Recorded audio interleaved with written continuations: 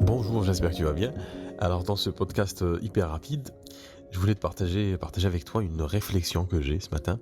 Alors j'arrive au bureau, il est, euh, il est quasiment 7h30 et je me mets devant l'ordinateur et je me dis ok, je vais commencer à travailler sur mon activité et puis sur d'autres choses. Et puis là, il y a le souvenir en fait qui remonte à la surface. C'est au début quand j'ai commencé à travailler sur mon activité. Et que je me disais, ok, donc j'étais chauffé à blanc le matin, prend son petit déj, tu sais comme dans le film de Rambo, hein, quand il va au combat, donc il va lister toutes les armes qu'il a, il en met de partout, et après voilà, il fonce dans le tas. Sauf que quand on n'a pas un cabinet qui tourne bien, qui ne tourne pas du tout, euh, on a des armes rouillées. On est une sorte de Rambo mais un peu déglingué, un peu éclaté. Donc on, met- on se chauffe à bloc. Je dis c'est bon, ça va le faire. Hein. Et puis on arrive au bureau, on arrive à son cabinet ou on arrive devant sa table de travail. Et puis là il y a un blanc, un gros blanc, et on se dit mince, qu'est-ce que je vais pouvoir faire concrètement pour développer mon activité? Parce que c'est la question qui revient le plus souvent. C'est pas la question de la motivation, c'est ok, je suis motivé, je sais que je fais ce métier parce que je l'aime, etc. Je veux aider les autres, je veux changer le monde, je veux remettre de l'équilibre ou un petit peu d'équilibre pour les moins gourmands dans la vie des personnes que j'accompagne. Maintenant, concrètement, comment ça se passe? Qu'est-ce que je fais concrètement pour développer mon activité? Et c'est de ça dont je voulais te parler aujourd'hui, ce matin. C'est ce décalage qu'il y a entre l'envie euh, et le pourquoi finalement, et le comment. Et c'est pas propre aux thérapeutes hein, qui veulent développer leur activité ou aux praticiens bien-être. C'est propre à toute personne qui se sent des capacités à faire des choses, qui a une sorte de foi finalement. Alors c'est un mot qui peut paraître étonnant, mais c'est bien ça. La foi, c'est le fait de croire en une vérité qui n'est pas visible. Alors qui n'est pas visible, c'est-à-dire qui existe actuellement, qui n'est pas visible ou qui n'est pas encore réalisée. Une vérité qui n'a pas encore de réalité, disons. Et donc, on a foi dans ce qu'on est, on a foi dans ce qu'on peut faire, dans ce qu'on peut apporter, mais il y a, disons, une distorsion, une distance énorme, un delta entre ce qu'on ressent comme étant quelque chose d'assez fort, d'assez puissant, d'assez légitime, et puis le comment, techniquement.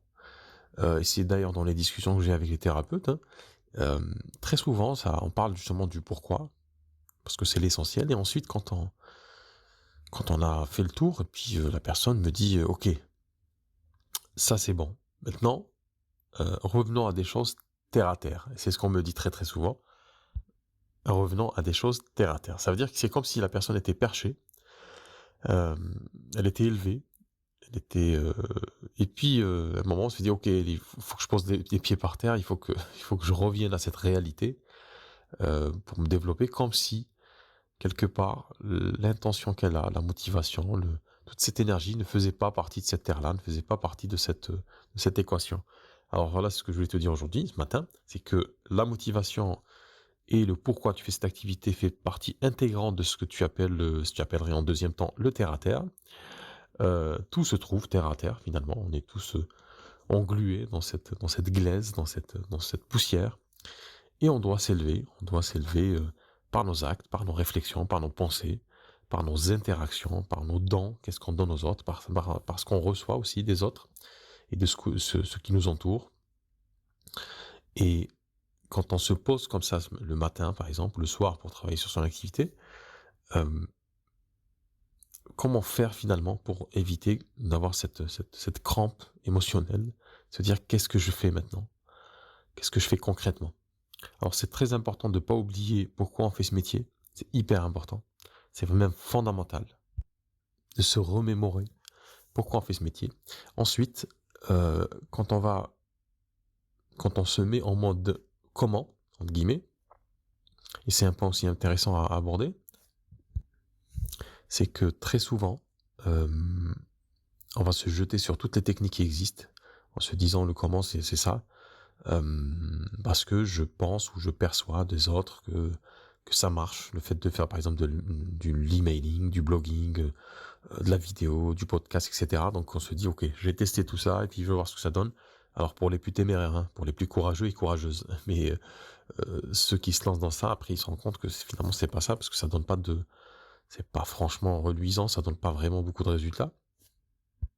Et quand ça marche pas, ce qui se passe, c'est que le cerveau se met en mode survie. Et quand le cerveau se met en mode survie, ben, il va sortir des solutions de merde.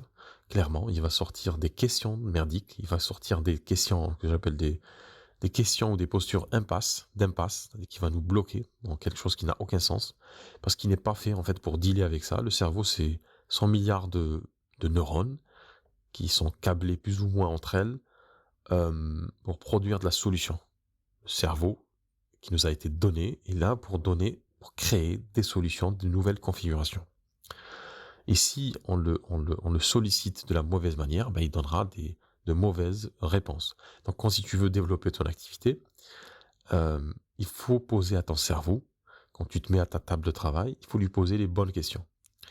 Parce que ce qui arrive, ce que j'appelle mode survie, c'est que le cerveau, quand il ne sait pas, quand il n'a pas de solution, qu'est-ce qu'il fait? Ben, il remonte ou pourquoi. Donc il va te dire pourquoi tu fais ce métier, pourquoi tu as fait ça, c'est trop difficile, peut-être qu'il faut envisager un autre métier, peut-être qu'il faut envisager d'abandonner parce qu'il ne trouve pas de solution. Et c'est beaucoup plus simple pour lui de lui donner des choses beaucoup plus concrètes à grignoter. C'est comme ça d'ailleurs qu'il fonctionne très très bien. Il lui faut un cadre, il lui faut une direction. Et justement, dans le programme Impact Illimité, programme que j'ai lancé il y a 2 mois, on fait en sorte que le cerveau reçoive la meilleure nourriture en fait pour lui, la meilleure subsistance, qu'il puisse se mettre en mode comment, et plus dans le mode pourquoi ça m'arrive, pourquoi ça ne marche pas, pourquoi ça ne décolle pas, parce que les pourquoi sont importants. La question du pourquoi ce métier va te suivre tout au long de ton métier, puis tout au long de ta vie, parce que si tu fais ce métier-là aujourd'hui, c'est pas du tout un hasard, c'est que c'est de l'aboutissement de quelque chose, ou le début de quelque chose. T'es à mi-chemin, finalement. C'est une période transitoire vers quelque chose d'autre, quelque chose de plus noble, de plus élevé. Et dans cette quête d'idéal, les outils dont on dispose, que ce soit notre propre cerveau, nos propres capacités techniques de compréhension ou d'adaptation, même les techniques extérieures qu'on a, comme le marketing, qui n'est finalement qu'un outil parmi d'autres, tous ces outils-là finalement doivent être au service de cet idéal, concrètement, tous les jours. Si tu poses les bonnes questions à ton cerveau, si tu poses le bon cadre, tu vas voir que tu vas avoir des idées extraordinaires, tu vas avoir beaucoup finalement, tu vas réduire cette distance qui se trouve aujourd'hui, qui existe entre qui tu es, c'est-à-dire quelles sont tes aspirations, tes motivations profondes, et puis comment concrètement, terre à terre, entre guillemets, poser les bonnes actions. Donc aujourd'hui, si tu as envie de passer à quelque chose d'un peu plus concret, ou plutôt de trouver cette dualité, cet équilibre entre ton idéal et puis cette façon concrète de poser les choses, Impact Illimité, c'est le programme, je pense, qu'il te faut. Si tu as envie d'ailleurs d'en parler, tu me laisses ton commentaire sous cette vidéo, sous ce podcast, et puis on en parle de vive voix, c'est plus intéressant. Sur ce, je te dis à très bientôt et puis bon courage.